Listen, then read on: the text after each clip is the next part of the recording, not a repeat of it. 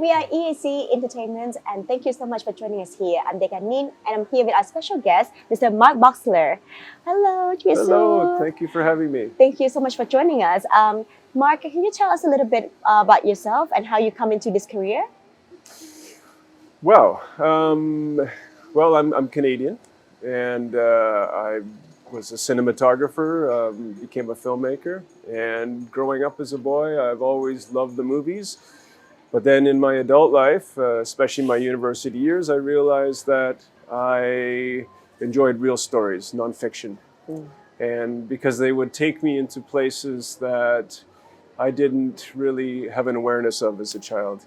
One of my favorite books was National Geographic growing up. So I used to love going through the photographs, and that's probably where I developed my interest in photography as well. So wanting to visit a lot of those places, learn what those people were exploring, whether it was science, geography, culture, and that kind of, I guess, indirectly brought me here to Cambodia to make a film on your culture, Bokator.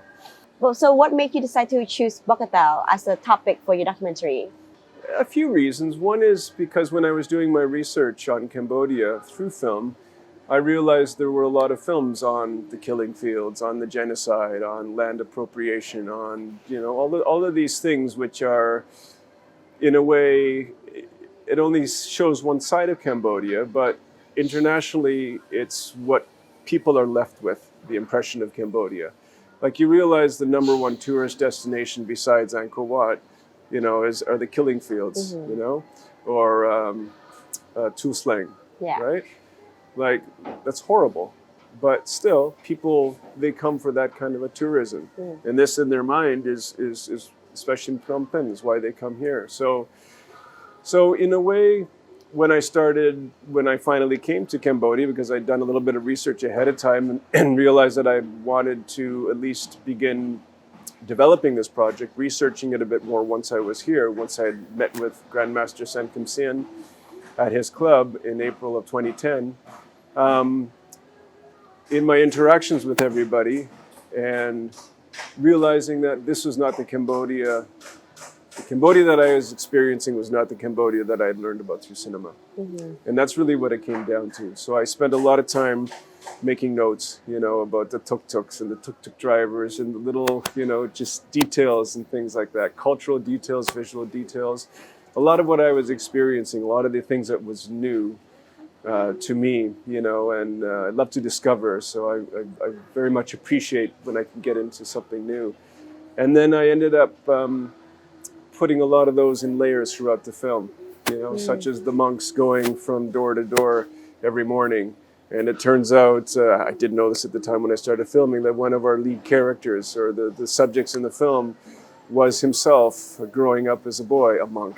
And so I was able to do a lot of linkages, this way. So I wanted to, through the film, basically take Western audiences into this world that was undiscovered, and the story of lost culture experienced through the people who have lost culture, and are doing everything that they can at the grassroots level to bring it back. And I don't think many people in the West understand what that's like, because certainly they've been through wars in the past, but they've never on their own doorsteps had their culture or their identity threatened, Who am I?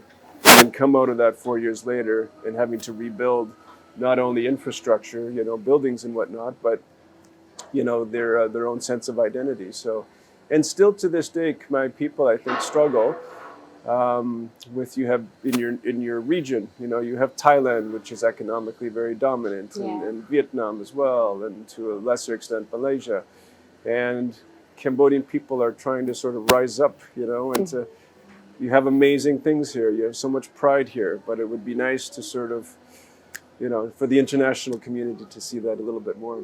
So I guess in a way I'm kind of doing my part. Nobody asked me to do it. It just felt like, the right thing to do at the time. Well, thank you for doing it. So you mentioned that how you met the Grandmaster in 2010. Yeah. So how long was the documentary process was for you? Like, when did you start filming and when did you finish?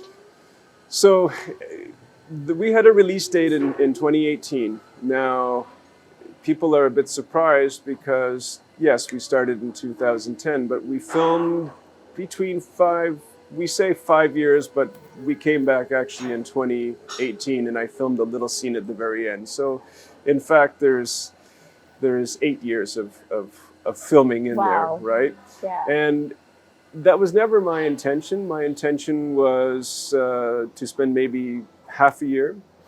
In the beginning, we spent 7 months filming Grandmaster in his club, getting to become comfortable, getting them to become comfortable with us, having cameras around always, building the trust, those relationships. Sometimes it's not easy, especially when you're not Khmer, you know, you're a foreigner. So there's a little bit, why are you here? What do you want? You know, and are you going to try to make money from me? And eventually those concerns go away. And then you start getting down to the real core of people, like why people do what they do, you know, why is Master so determined to succeed, you know, like, and what are his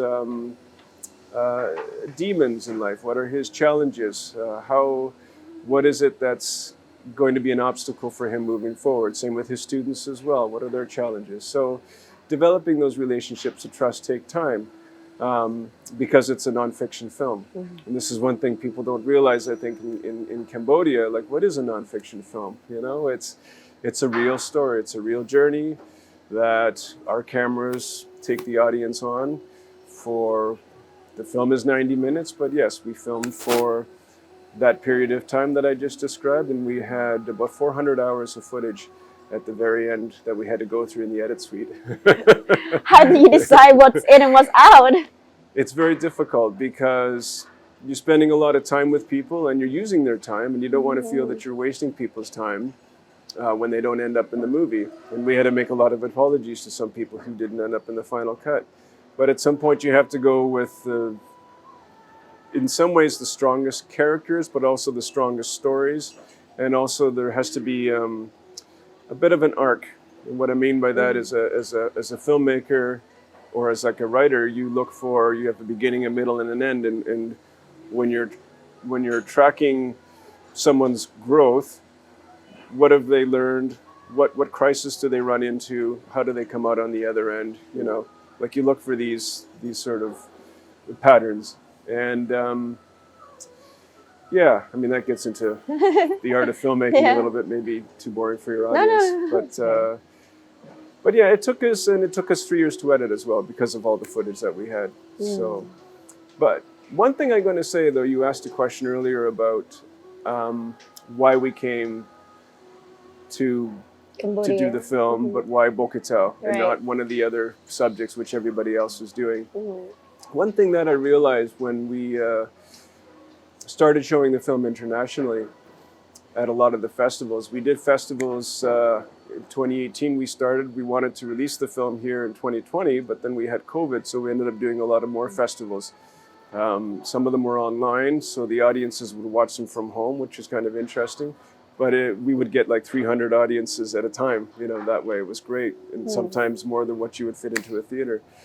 But what we realized, especially when we were showing the film in America, in a lot of Khmer communities, like Long Beach, like Minneapolis, like Philadelphia, Lowell, Massachusetts, Dallas, Houston, is that not only were a lot of people coming out because they were interested in the film and learning about themselves, but a lot of young people came out, and a lot of young girls especially. And they came because they wanted to learn about their culture. They said, I'm an American, I'm a proud American, but I have this part of me, I look different, right? I went to high school and I'm the only Khmer. What is Khmer? Others are maybe Chinese, you know, or the Korean or so. It's like, I'm different. My parents eat a different food. We speak a different language at home. You know, we have different interests. My parents have Angkor Wat pictures all over the living room, and little statuettes and whatever. And our friends come over who are Western and they, what is all this? You know, so I at one point I would push this away thinking it was my parents, but I realize now that it is inside of me, that it is part of me. And now through our film and the interest people have, young people have in our film, is that they want to learn about themselves and that their culture and that their own identity, you know, their traditions. And through films like our own, they're able to. They can go on YouTube or wherever they might see the film, or any film for that matter on Khmer culture, and they could learn about themselves, you know. And through that, suddenly there was another purpose for us, you know. And so it wasn't just making a film so Western people could understand Cambodia and relate to Cambodia and see a different side of Cambodia, but it was actually Khmer people who are outside of Cambodia could do the same, could learn about Cambodia, could understand Cambodia in a different way than that they had before, right? Yeah. Amazing, huh? And so far, the festival circuits, the reception has been very positive. Festivals have been great. Yeah. Really have. We won, I think, about 24 awards now. Woo! Yeah, internationally. Yeah. Like as far away as India, I think is the furthest. Canada, USA, lots in Europe. They're just all over. I think we even have an award in Brazil too. I'm not even sure anymore. You're so popular. No, to be honest with you, I'm a humble filmmaker, right? And to get one award would just be enough to sort of say, yes, you know, we have something. But awards are one thing, but really, it's when you are sitting in the seat in the theater with an audience, and you are seeing the expressions on their faces, and especially when you are working on certain scenes, and you're hoping that, you know, there's emotion building, you know, like, for example, when the team Bokator go to Korea, they're invited by UNESCO. I'm giving part of the film away here. They're invited by UNESCO to go to Womao and to perform against all the other international traditional martial arts, right, at a cultural event. And the audience, we had to make sure that some of the mistakes that the team does and, you know, some of their successes, that the audience was feeling this. And in the editing, how you do that is you don't put that in the beginning of the film. You put that later in the film because people can get to know the characters a bit more, and then they can understand them and they can see how hard they work in training just to get to that point, you know.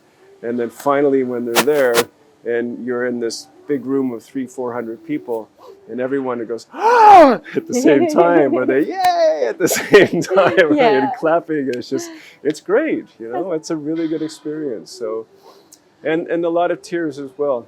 A lot of tears. Like I can send you a video of some of the. We filmed after the very first time we did at the Cambodia Town Film Festival. We did, you know, some reaction afterwards with the microphone. I got a camera crew, right? Just because I wanted people to, I wanted to see if it was working, right? Because that's your worst fear as a filmmaker. You may have an idea in your head and you may do some test screenings and things, but when you bring it to a real audience, you never know how it's going to go, right? You never know. Sure. So, and when you have success, it's a great feeling. I think a lot of stuff for the filmmakers, they're not about accolades anyway. It's about how the audience reacts to their films, because it's more like your passion, right? Yeah. It's not about commercial value mostly. Okay, so you did talk a little bit about your film already. Can you give us a quick summary without too much giveaway for the documentary? What happens in the film? Yeah, just a little bit of the summary. Okay. Well, I mean, as a summary, a synopsis, it's the story of this man here, Grandmaster Sun Kim San, and he is a survivor of the Khmer Rouge genocide, and he is also a Bokator master, and he comes to a point in his life where he realizes that the young generation, no one is familiar with traditional martial arts of Cambodia. They're all learning Muay Thai, and they're learning Hapkido was becoming popular at the time. And so he decided himself to bring it back in a way. And so he, the backstory to the film is that he got permission from, not necessarily permission, but he got a letter from the king to go out and to try to find other masters and to convince them that it was safe, because, of course, during the genocide times, martial artists were put to death because they were a threat to the regime. Right. So many kept hiding, and because they were hiding, they were also not practicing. So a lot of those techniques ended up dying, right? Many disappeared in that. It's like a 20-year period, roughly. And then they form a federation. and this again is a backstory to the film, but we catch up with Grand Master, and his mission at this point is to, how is he going to bring Bokator back? He's going to teach a new generation of students who will become future masters themselves, and then they will in turn teach another generation, and so on and so on. Because that's how he had learned from an uncle, and prior to that, it was the monks had taught his uncle, and so that just kept going back and back and back. Yeah, so Bokator was passed along through the villages, but also in the pagodas. And it was the monks who had kept it, you know, going all the way back to Angkor times, to Jayavarman the Seventh. Yeah. That's something I need to see. Jayavarman the Seventh brought it for his armies, right? It was a soldier's art, close combat, but there's also weapons involved, and you know, so I digress. I'm going to get back to yeah. So his second mission is to have it recognized internationally, to give it legitimacy. And why is that important? Well, first of all, because Cambodia is being bombarded with other cultures, right? Especially from Thailand, from Vietnam, and you know, and from China, Korea, regionally. Yeah. But the other, so it's a legitimacy basically to say, here we have our own martial art. Because if you Google, or at least when I started this film, Cambodian martial art, nothing came up, right? So I could go Cambodia martial art, nothing would come up. I could go China martial art, and of course I could say Korea martial art, lots come up, right? And this was another reason that I wanted to, when I learned about this, that they actually have a martial art, I thought, well, let's go and meet the master, right? And to learn about his story. So knowing those two things is what's motivating him and driving him. We started filming in his academy in Orosai Market.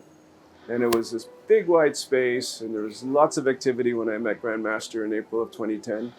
And he was very warm in welcoming us and invited us to film.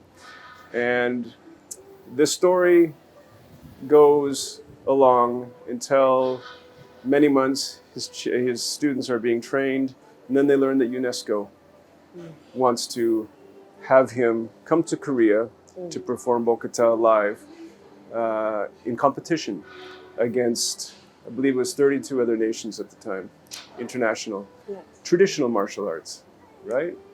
So big training, they go to Korea. I can't tell you what happens there, but let's say they do well.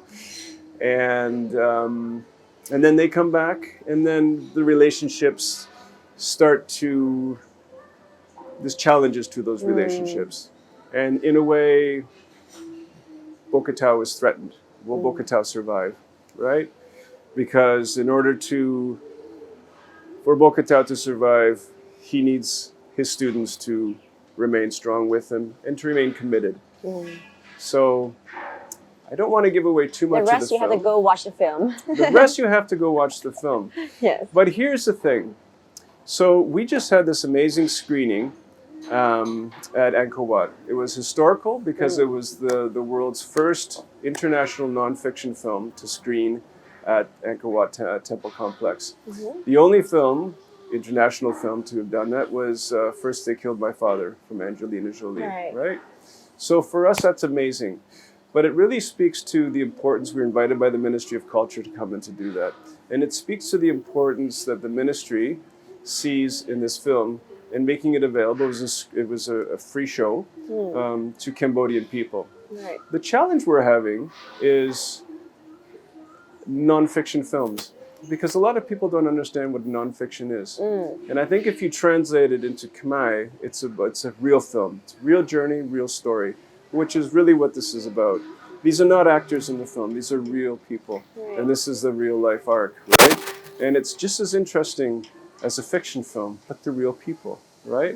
And this is what makes it more important. This is why we believe the government really wants us to succeed, because the message in here for Cambodians to learn about their culture and to learn about the struggle and what it took to get Bokator to where it is now. Bokator, by the way, was just recognized by UNESCO in November. And this is why I'm here in December, because there were huge celebrations down at Angkor, Yeah. and 3 days of celebrations. And it was also the 30th anniversary of UNESCO, yeah, UNESCO, heritage. back to '92. And it was beautiful, and it was an honor for us to be invited to be part of that. It was an honor for us to have the film screened as part of that as well, because this is how we end the movie in a way, you know? Sure. Because at the end of the film, we can now comfortably say Grandmaster's work and his commitment to Bokator has become successful, right? Because UNESCO has recognized it. Right. So I guess we can come back to a little bit as to why you are starting to, you want to release this film in Cambodia in the spring of 2023. Yeah. So 2020 initially. Oh, no, I'm sorry. So what we've decided, finish your question. No. Like, why now? I guess the question was like, why release them now instead of earlier, and also why you think it's important to put in theater? So we had initially wanted to release the film in 2020 because internationally we released it in 2018, and we wanted to build what we call a buzz, so a lot of attention to the film, because we realized that there would be some challenges bringing it to Cambodia because it's a nonfiction film. And so we thought, well, if we get a lot of support internationally, especially in Khmer populations, because everybody's on Facebook, you know, TikTok, you gotta see this film, that it would help us with the momentum to bring it back here. But then COVID happened. And so 2 years, nothing. So we continued to festival the film. We won more awards during that time, not a bad thing. But now, when we see that people are coming back into the theaters in Cambodia, and because of the success now of Bokator itself with UNESCO, and Bokator is going to be featured at Sangkran, Khmer New Year, and Bokator, I'm sure people know this as well, is also going to be part of the SEA Games for the first time in history, right? Yeah. So all of these historical moments mean for us, with all this attention on Bokator and this real love for Bokator and support throughout the nation for Bokator, that the story behind Bokator and how Bokator came back needs to come out to people as well, right? Yeah. So what we're going to do is we're going to connect all of this great momentum around Bokator, and our plan is to release it possibly after the SEA Games in early May, late May, somewhere. No, not early May. It'll be late May, early June or so. Yeah. So, and why cinemas? Because the film is made for cinema, right? We have 5.1 surround sound, so you can hear things behind you. You can hear, you know, it's an experience. And again, I wanted to do that because when I was going to be showing it in cinemas in the West, I wanted people to experience the sound of the tuk-tuks behind over here, the monks chanting, you know, coming over here, and then you see the monks, you know, coming, you know, and the blessings and everything. The sound of Grandmaster's Club with all of the activity and the students over here. There's a different sound over here. And all of the visuals of Cambodia are made for the cinema. So maybe you can watch it on your phone in the future. I don't know, but however you get your content. And so that's why it's important to bring it to cinemas. Yeah. Okay. But you, when we talked earlier, you talked about how you need to do some dubbing. Can you talk a little bit about that? Yeah, so the screening that we just had last week was also historic for us because it's the first time that the film has full Khmer subtitles, front to back. In the past, because half of the film is in English. And the reason we did that was because I wanted to make the film, as I was touching on before, for the international community. And I hadn't realized at that time, or to a lesser extent, the impact it could have here at home in Cambodia. I say here at home because I'm in Cambodia, but I do feel at home in Cambodia. It's true. Good, that's good.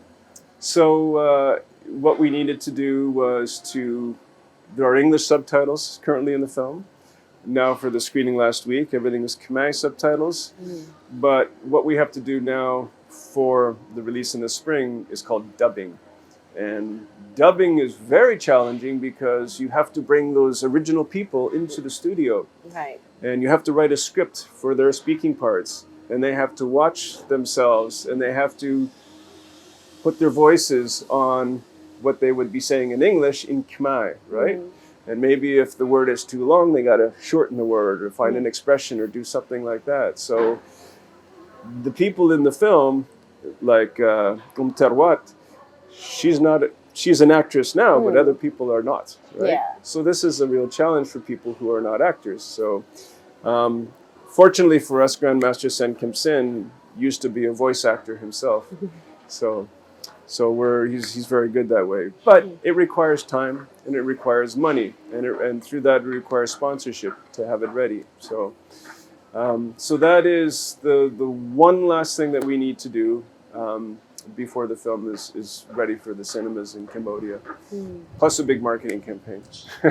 Yes, for sure. Yeah. I mean, we will definitely help as much as we can because I think this documentary is quite important and influential for the next generation. And I mean, right now I've seen so many girls going to to the gym and doing Bokator videos. I was like, that's cool because mostly Tarot has a big influence on this. She does. Yeah, she does. And I follow her journey for so far, and I talked to her several times about this, and it's really wonderful how she interacts with her family as well. Yeah. Yeah. I hope it's in the film. I don't know. We'll can't wait to father? see it. Yeah. Do you mean her father? Yeah. Yeah. Yeah. I don't know if they have seen it. Her mother may have. I don't know. Yeah. Okay. But not Khmer subtitles. Yeah. Is it necessary to be dubbing? Because I know that there's a lot of Khmer people who watch foreigner movies with Khmer subtitle and they are okay with that. I think so because what I've come to realize in our screening, in the public screening, the free screening, was that you can tell people's attention. And if the film starts out slower, you know, then people may lose, and especially if it's in a language they don't understand, they're not connecting. That's the problem. You can read, but then there's some people, if we bring it out to the countryside, they can't read, right? And so it's important, I think, to make it as accessible as possible.